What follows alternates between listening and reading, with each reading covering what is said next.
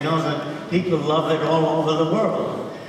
And the experts in music, I asked them, do you know what music is? If a man came from Mars and he said, what's those glass things in front of your eyes? You say, well, I can't see too well, and this enables me to see. What are those things hanging from your wife's ears? It's ornament, yes, but what does it do?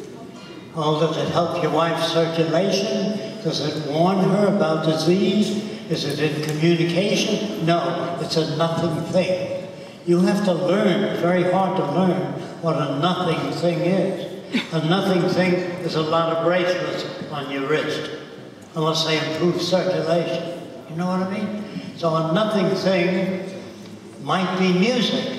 It might be. True. Unless you study sound and the effect of sound on the human body and learn how to blend sounds to make people feel relaxed and comfortable.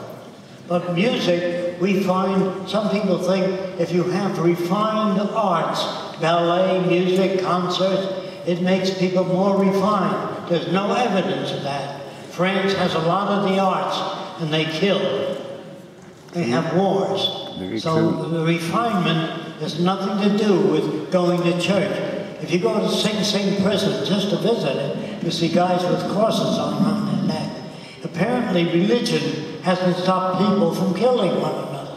Although it says thou shalt not kill, it hasn't stopped it. So obviously man doesn't know how to stop those things. Yes? Speak up. Yes. I need a microphone, please. Yeah, okay, but that's not fair. Like we're he has his hand up for about an hour. Yes. Ach so, Entschuldigung, tut mir leid. Hier. Thank you very much.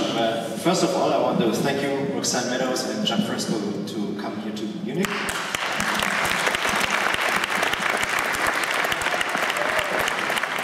Thank you for coming to the lecture. We feel very honored. My questions, well, one question from this gentleman here relates the overpopulation. How do you see this issue? First thing, overpopulation. What about it?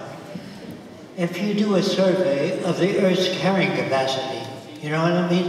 Before you build a city in a certain area, you have to know there's so much food available, so much water. If you build twice the amount of city that that environment can carry, nobody will be able to water their lawns. So instead of making laws, don't use so much water, you maintain a population in relation to the carrying capacity of the environment. That's what engineers do. Thank you very much. The second question was, or is actually... I'd just like to expand a little bit. You also do this through education. And I think in the future there'll be so many options for people that I don't think that they'll just want to have kids and a family. They'll be doing so many different things. In some instances it might be a drag for some people, but that's what they're conditioned to do today. Most women are conditioned to have children. But even in today's society, the more educated a family is, the less children they do have. Sometimes a man comes up to me or his wife, and the man says, I have 6 kids. I say, what are they for?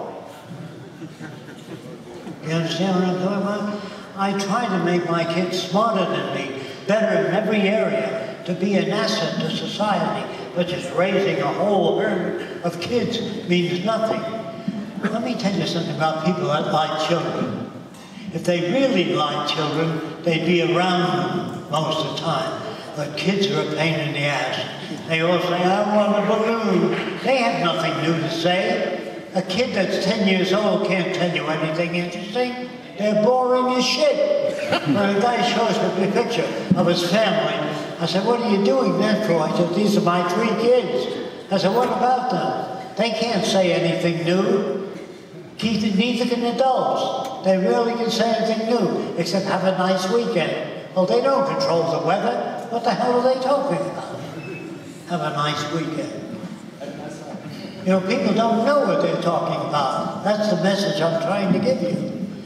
Remember they say, I hope you meet the right person and have a good life. Well, how do you do that? I don't know. They're full of shit. I'm trying to tell you, they make the same sounds. If you go to Africa, they say the boo-boo tree controls everything. You say, how do you know that? Ask anybody. Well, anybody brought up to the boo-boo tree will give the same answer. You understand what I'm saying? Okay. People don't know what they're talking about. Try to get the book, Language and Thought and Action, Tyranny of Words by Stuart Chase. You'll learn a hell of a lot about communication. And at this point, I want to thank all of you for coming. And I hope that you look into some of these books and check our website, thevenusproject.com. We answer thousands of questions on it. Yeah, that's what I was going to say. If we didn't get your question answered, we do have about 70 pages of questions and answers on thevenusproject.com.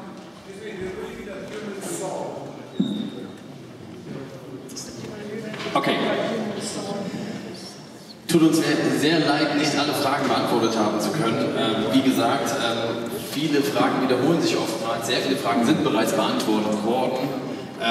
Es ist jetzt sehr natürlich, eine Menge Fragen zu haben, weil offensichtlich natürlich wir eine Menge Scheiß auf der Welt haben und wir nicht wissen, wie wir dieses Venus Project erreichen. Einstein hat mal gesagt, man kann die Probleme nicht mit derselben Denkweise lösen, durch die sie entstanden sind.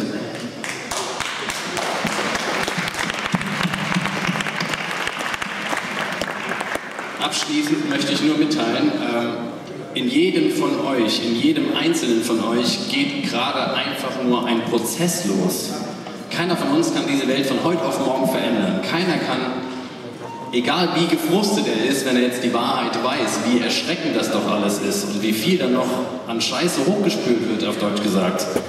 Keiner kann sich von heute auf morgen ändern, aber die Veränderung geht bei jedem von euch selbst los und es wird wirklich ein Prozess losgehen.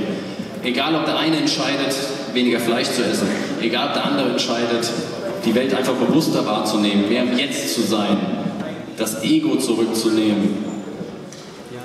Wessen Ego zu laut spricht, der kann das Universum nicht flüstern hören. Wenn ihr es schafft, jeder von euch von außen zu beobachten und euch bewusst zu werden, dann macht es diesen Prozess etwas leichter.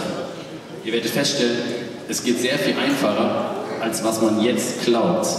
Man muss erst eine Alternative gesehen haben, um auf sie hinzuzuarbeiten. Ich denke, ich wiederhole mich sowieso und jeder von euch weiß das alles schon. Vielen Dank, dass jeder von euch da war. Jeden Einzelnen sage ich liebe euch, wortwörtlich. Und schreibt an die Adresse welcome@zeitgeistmovement.de. Verbreitet alle Ansichten, die darin enthalten sind. Ihr werdet einen Autoresponder zurückbekommen. Sehr viele Dokumentationen sind da enthalten, die eben von den Mitgliedern vom Zeitgeist-Movement erstellt worden sind.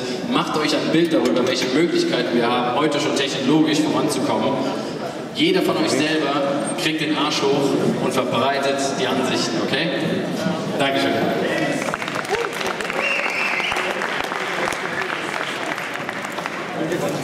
Entschuldigung, ich wollte euch noch sagen, jeder, der jetzt irgendwie dessen Magen in der Kniekehle hängt, ist alles verständlich. Wir haben angekündigt, dass im Eine Welthaus es zu essen gibt. Kurze Wegerklärung für alle. Oben gibt es noch Wasser, genau, richtig. Volllaufen lassen. Ihr geht bitte zum Eine Welthaus. Kommt ihr, indem ihr mit der U1 und U2 Richtung Hauptbahnhof fahrt. Und da ist die U5 Richtung Theresienwiese. Und da ist die Schwanthaler Straße 80. Merkt euch die Schwanthaler Straße 80. Alles vorbereitet. Und für jeden etwas da. Okay? Wenn Fragen da sind, einfach auf mich zukommen oder auf den Jalil oder Chris oder auch immer. Okay. Thanks to everybody that you were here. Everybody appreciates, and much love to everybody of you. Alright? Bye.